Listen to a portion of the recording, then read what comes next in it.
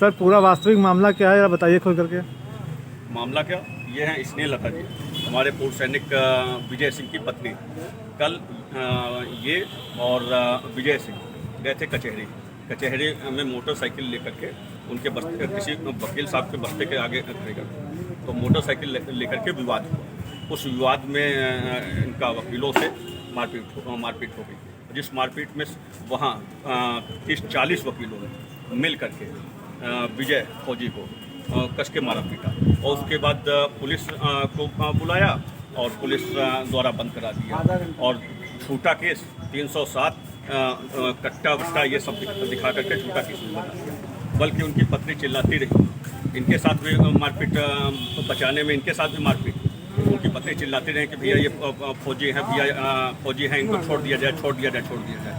इनकी भी बात ना सुन करके इनको भी मारा पीटा, और उसको यहाँ इस समय कोतवाली में वो बंद है। पीड़ित फौजी कहाँ का रहने वाला है और ये वारदात कब और किस समय हुई है? पीड़ित फौजी हमारा कब्बा खेड़ा, यहाँ उन्नाव में कब्बा खेड़ा पड़ता है, वहाँ का रहने वाला है। और एक वारदात कल दिन की भरी कचहरी के अंदर भी है, कचहरी के अंदर बिल्कुल बीचों बीच की है। प्रशासन से आप क्या उम्मीद चाहते हैं? प्रशासन से हम यह उम्मीद चाहते हैं कि जो झूठा मुकदमा फौजी पर लगाया गया है, क्या किसी की इतनी औकात हो सकती है कि वो कट्टा पट्टा लेकर के और ऐसा किया करेगा जा करके?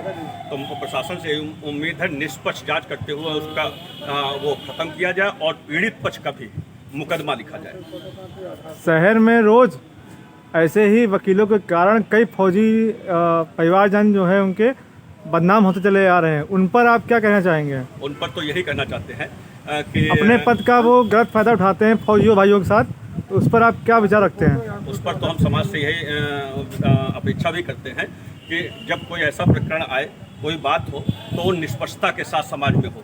सबसे बड़ी बात है उन्नाव जिले में इस समय एक के साथ एक फ्री फौजियों पर हो रहा है। कहने का मतलब ये है, आशा है कि एक के साथ 307 फ्री, इससे पहले भी घटना हुई है और उसमें भी 307 बिल्कुल फर्जी फौजी पर FIR की गई, और अभी एक के साथ एक ये फ्री हमारे इस फौजी भाई के ऊपर हो गई।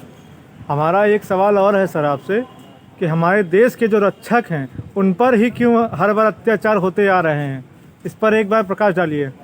उस पर क्या, क्योंकि वह जो फौजी वह वहाँ 15 साल 17 साल 24 साल ड्यूटी करता है, समाज से दूर हो जाता है, उसको एक ही चीज़ दिखाई पड़ती है, एक ही चीज़ समाज में दिखाई पड़ती है कि हमारे जो वहाँ सिखाया गया, हमारे जो साथ में हमारे देश के रहने वाले हमारे, उनके साथ हमको अच्छे विचार रखने हैं, और जो हमारे दुश्मन बॉर्डर पर है हमको उनसे लड़ना है। इतना करते करते उसकी सोच एक अनुशासित ढंग से अनुशासित हो जाती है। जब वो यहाँ आता है, पेंशन आता है, तब यहाँ पर तो उसको सब अपने आदरणीय लगते हैं, लेकिन समाज में वो घुल मिल नहीं पाता है। समाज उसके साथ क्या, कभी उसके ज़मीन को ले लिया जाए, उसने 17 साल पहले कहीं ज़मीन लिखाई होगी, अपने फंड को निकाल करके अपना वो करके एक जगह पैसा लगाया, उसमें भी विवाद आ जाता है। जब वो आता है वहाँ कब्जा करने के लिए, और उसमें भी वहाँ के जो मठाधीश लोग हैं, जो इस तरह के प्रॉपर्टी डीलर हैं, वो लोग उनके साथ कर देते हैं। कारण है कि फौजी इन चीज़ों में जानकारी नहीं रखता। फौजी तो सिर्फ इतना रखता है कि भाई हम देश सेवा करके आए हैं, हम यहाँ भी अपनी ही चीज़ अपने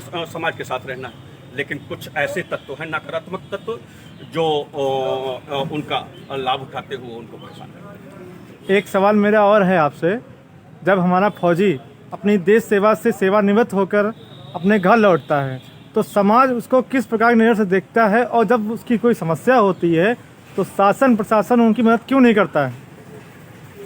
जिस समय वो पेंशन आता है, समाज उसको बहुत ही अच्छी दृष्टि से देखता है, सम्मान भी देता है, परिवार को सम्मान देता है, समाज को बहुत अच्छा करता है। लेकिन जब कोई विवाद हो जाता है, विवाद में समाज खुद दबाव में आ जाता है, क्योंकि जो विवादित लोग हैं, जो नकारात्मक लोग हैं, वो इतने प्रभावशाली होते हैं कि समाज चाहते हुए भी फौजी की मदद नहीं कर पाता है।